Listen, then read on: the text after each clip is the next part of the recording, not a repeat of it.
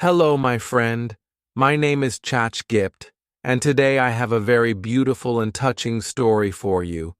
Please listen to it completely because I promise it will touch your heart and make you think deeply. This story is full of emotions, hope, and kindness. So, let's begin. Once upon a time, there was a woman named Maya. She was a hard-working taxi driver. Every morning she would wake up before the sun, quietly prepare breakfast for her 3 daughters, and leave for work. She always made sure to kiss each of them on the forehead before heading out. "Mom, don't forget to bring me a chocolate today," her youngest daughter, Mara, would say, half asleep, but still excited. Maya would smile and gently brush Mara's hair. "Of course, my little angel. I won't forget." Her oldest daughter, Ria, was in her teenage years. She didn't ask for chocolates. Instead, she would say softly, "Mom, don't work too hard. You already look tired." Maya would hold her hand and whisper, "I'm okay, my love. You just focus on your studies. I'm proud of you." Her middle daughter, Aisha, would always give her a small drawing before she left. "So you don't feel alone, Mama," she would say sweetly. Maya kept every single one of those drawings in her taxi. Some were pinned to the ceiling, some on the dashboard, and a few near her steering wheel. Whenever she felt exhausted, she would glance at them and feel recharged with love. Her days were long. She drove strangers around the city, sometimes in the heat, sometimes in the rain. She had to deal with tired people, angry people, and sometimes people who were just lost in their own thoughts. But Maya remained patient and kind. She believed that everyone was carrying their own struggles. One evening, Maya picked up an old man. He was wearing a worn-out coat and had a bag full of books. He seemed tired but kind. "Where to, sir?" Maya asked politely. "To the hospital, please," the old man said, his voice soft and shaky. During the drive, he started talking. He told Maya that he was going to visit his wife. She was in the hospital, fighting cancer. He said he visited her every evening. "She always loved roses," he said with a weak smile. "So I buy one every day for her, even though she can't smell it anymore. But I place it near her hand, just in case she can feel it."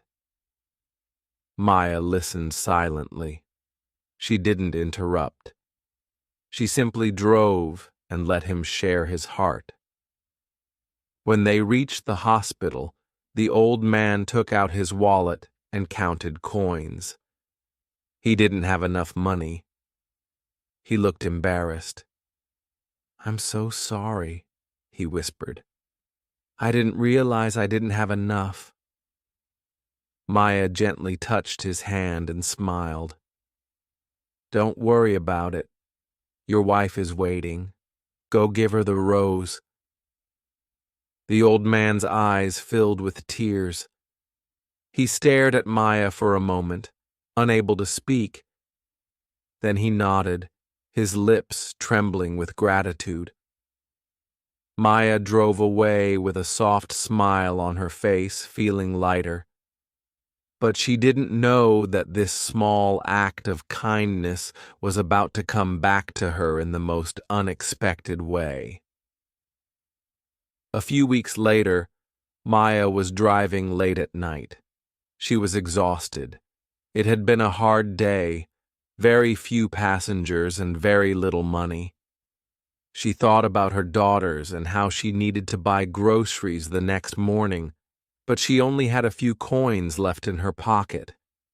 Just then, she saw a woman standing by the roadside, shivering in the cold. She was holding the hand of a little boy. The boy looked scared and tired.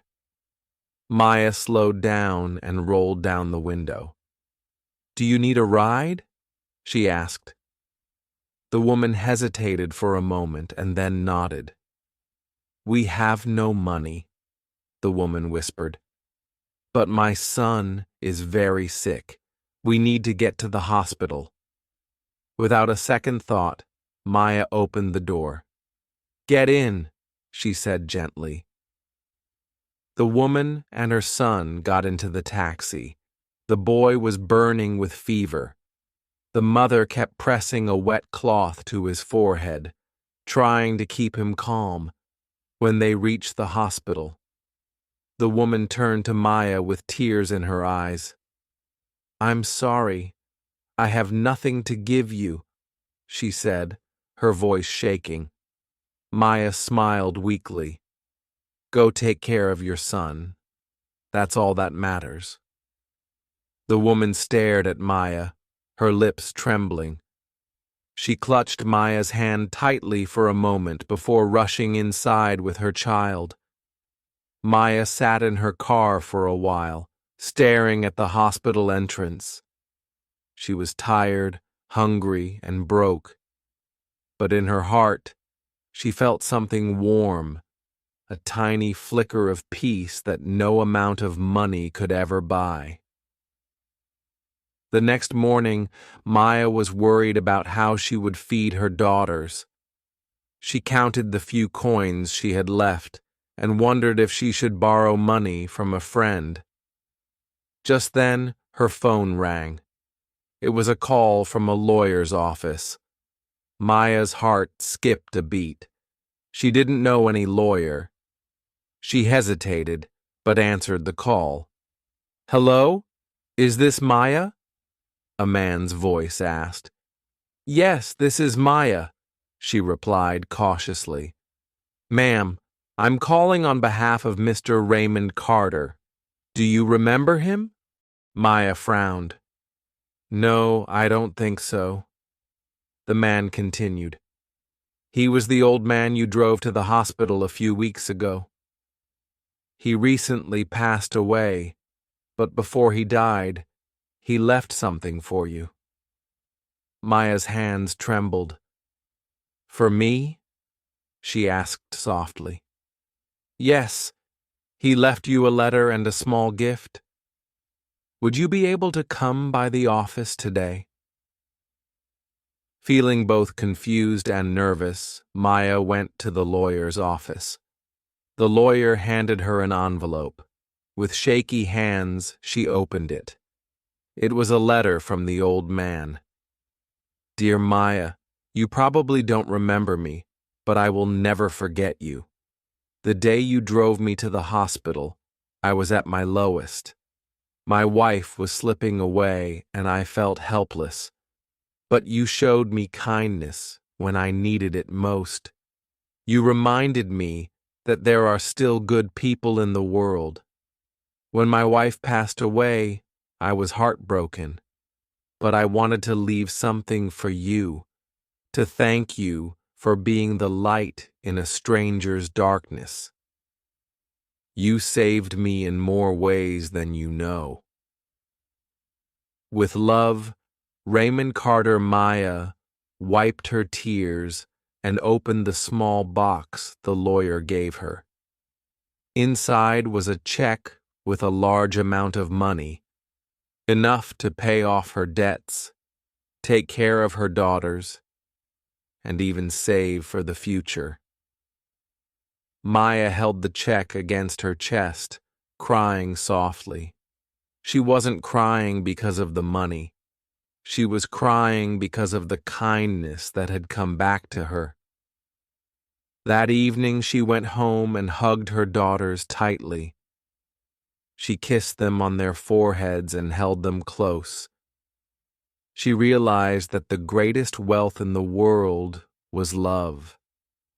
The love of her daughters, the kindness of strangers, and the beauty of human connection. So, my dear listener, remember this. The kindness you give to others, even when you have nothing, will always find its way back to you.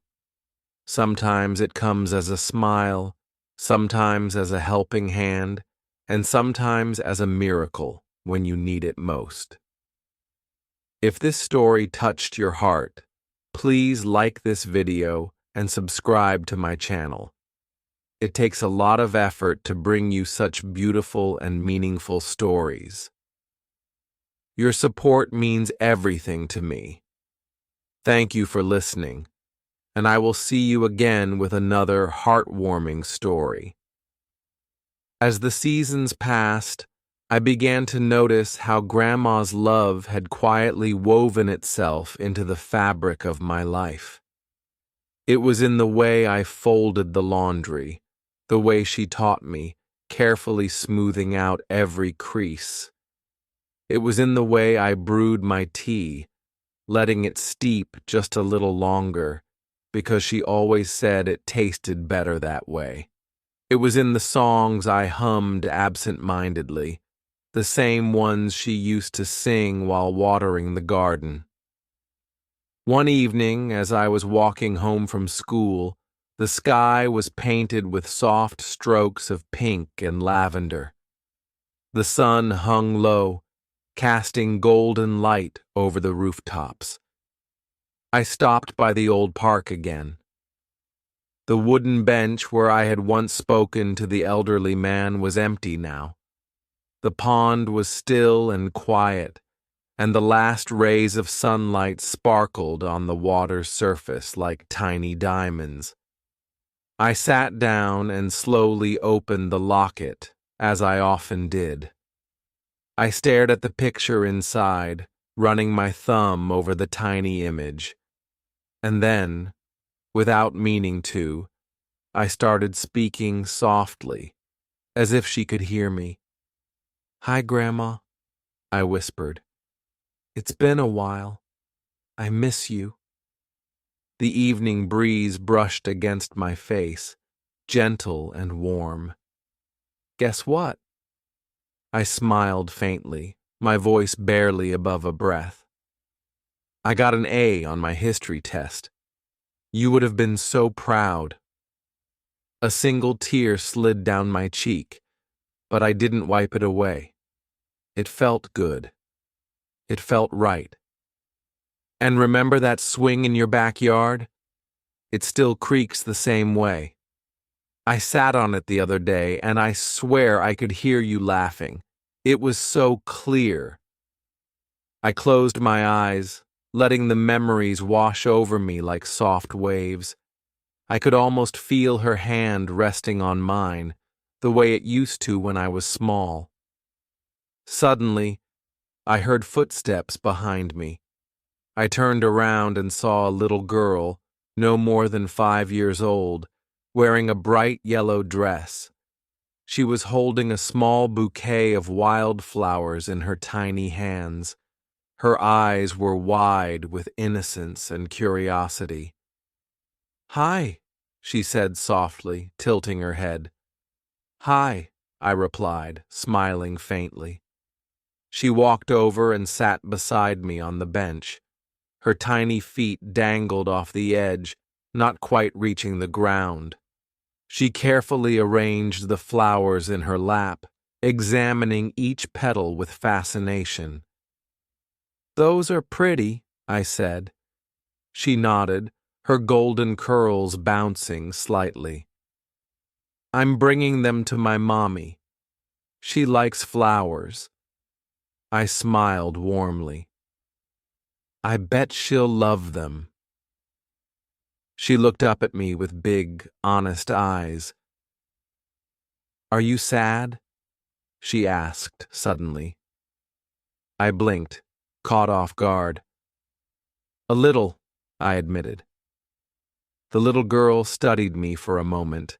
Then, without a word, she carefully picked one of the wildflowers from her lap, a small white daisy, and held it out to me. "Here," she said, with a shy smile. "For you." I felt my throat tighten, as I slowly reached out and took the delicate flower from her hand.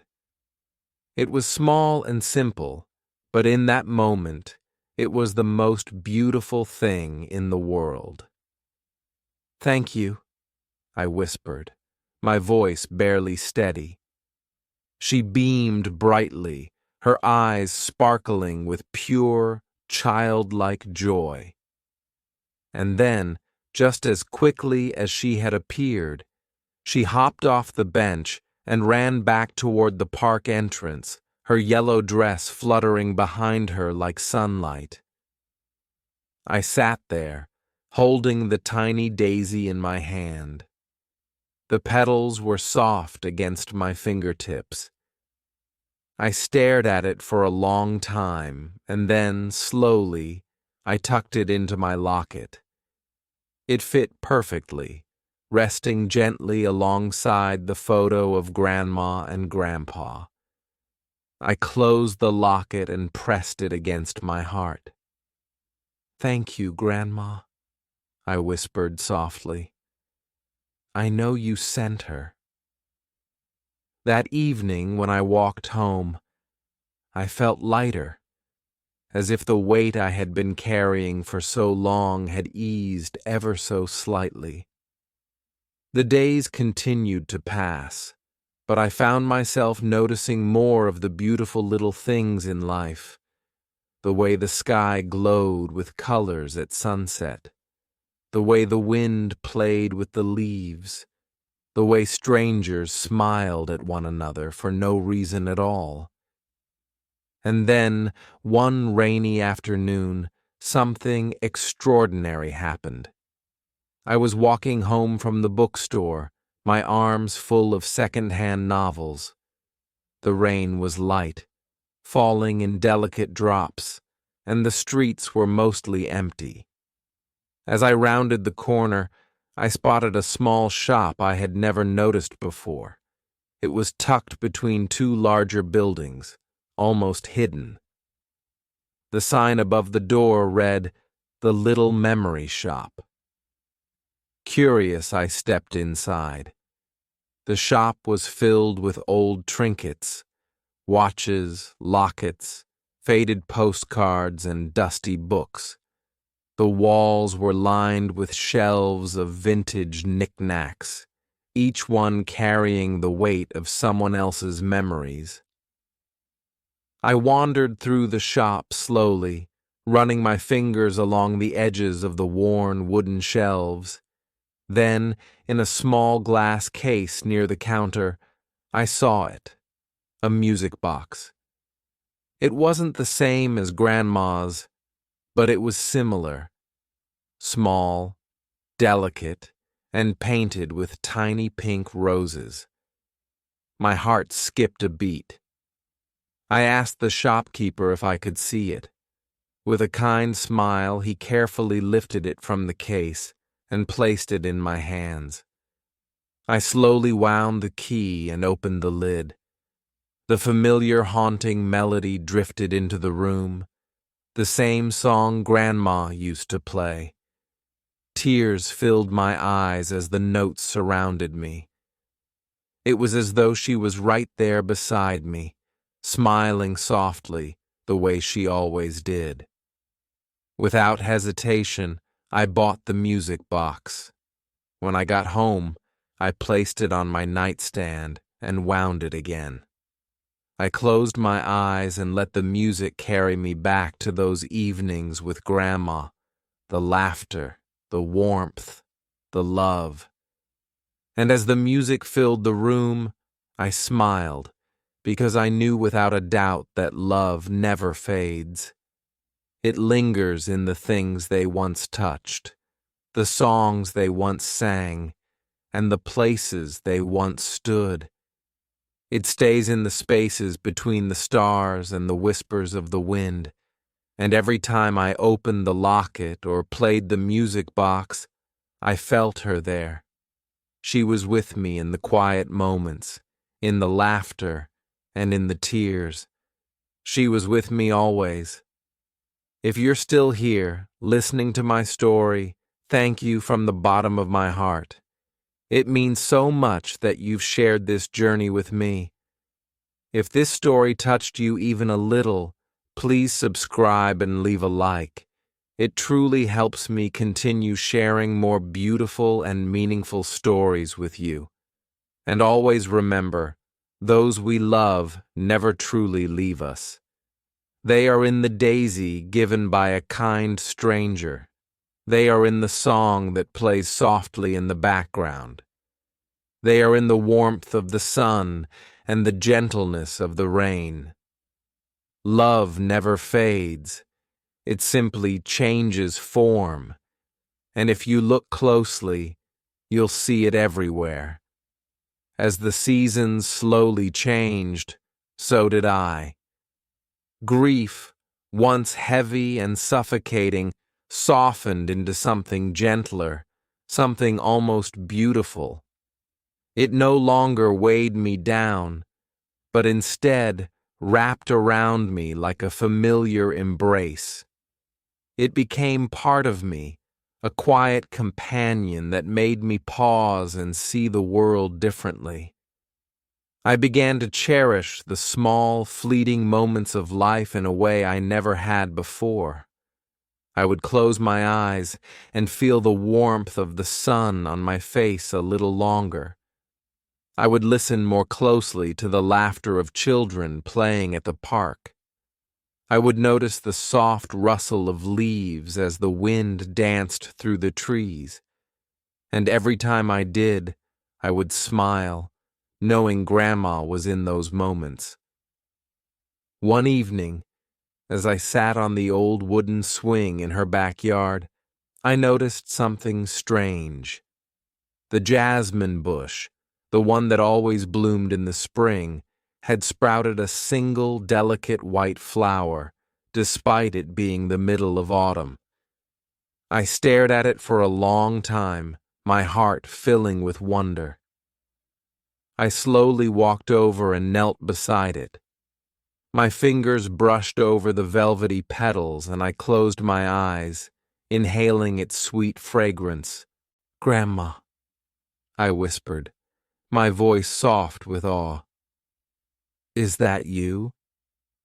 The wind stirred softly, brushing my hair away from my face, and for a brief moment I could almost feel her hand against my cheek. From that day on, I knew she was with me in more ways than I could explain. She was the wildflower blooming unexpectedly by the road. She was the soft drizzle of rain on a quiet afternoon. She was the golden light breaking through the clouds. And she was the voice in my heart, reminding me to keep going. Months passed and soon it was winter. Snow covered the trees in a soft white blanket.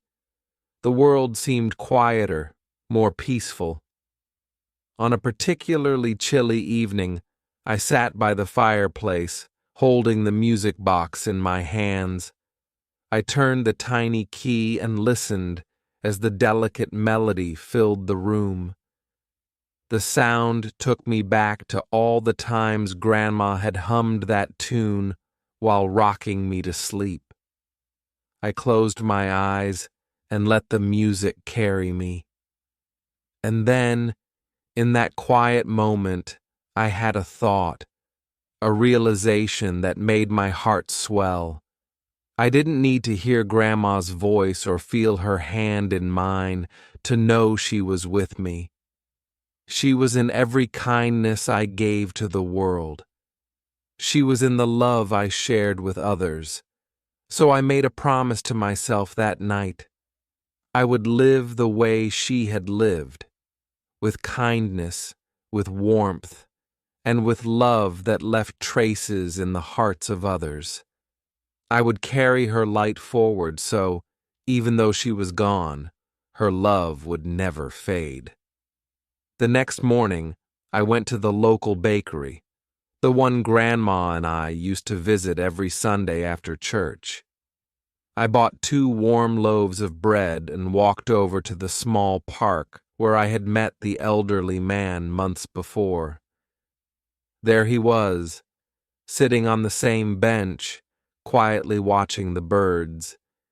His eyes brightened with gentle surprise when he saw me. "Good morning," I said with a smile, holding out the bread. "I thought you might be hungry." For a moment he simply stared at me, and then, slowly, his weathered face broke into the kindest smile. His hands, trembling slightly with age, took the bread from mine. "Thank you, dear," he whispered, his voice thick with emotion. "You have no idea how much this means to me." I sat beside him, and together we fed the birds. He told me stories about his late wife, the way she used to sing as she cooked, the way she would laugh at his silly jokes.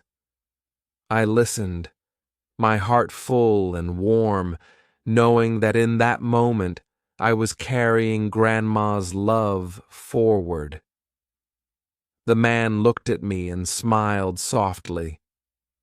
"You remind me of her," he said. I pressed the locket to my chest and smiled. "She taught me well," I whispered. From then on, I made it my mission to notice the small, beautiful things in life, the things my grandmother would have loved. I started writing letters and leaving them in random places for strangers to find, little notes of kindness and encouragement. I imagined someone having a difficult day, finding one of my letters, and feeling just a little less alone. I baked extra loaves of bread and took them to the homeless shelter in town. I volunteered at the library, helping children pick out books, knowing how much Grandma loved to read to me. And every time I did, I would touch the silver locket around my neck, feeling as if she were right there beside me, nodding with quiet pride. One rainy afternoon, as I was walking home from school, I saw a young girl sitting on the sidewalk, crying softly. Her clothes were damp from the rain, and she was clutching a small, torn notebook to her chest. I knelt beside her, my voice soft. "Hey," I said gently. "Are you okay?" She shook her head, wiping her face with her sleeve. "My book got wet," she sniffled. "I was writing a story for my mom, but it's ruined now." I glanced at the soggy pages, the ink smudged and blurry. My heart ached for her. "Do you want to know a secret?" I whispered. She looked up at me, her big brown eyes wide with curiosity. "Some stories are too special to stay on paper," I said softly. "Sometimes they belong right here." I gently placed my hand over her heart. Her tear-filled eyes brightened just a little, and she gave me a small, hopeful smile. I reached into my bag and handed her a fresh notebook I had been carrying with me. "Here," I said, placing it in her hands. "You can write a new story, and this one will be even more beautiful." Her tiny hands clutched the notebook tightly. "Thank you," she whispered. As I stood and began walking away, I glanced back and saw her flipping through the blank pages, her eyes full of hope again. And in that moment, I knew I had made Grandma proud. Because the greatest way to honor someone you love is to become their legacy, to live the way they would have wanted you to live, with kindness, with grace, and with a heart so full of love that it overflows into the lives of others. And that is exactly what I intended to do. If you're still here, thank you for listening to my story. If it touched your heart, Please subscribe and leave a like.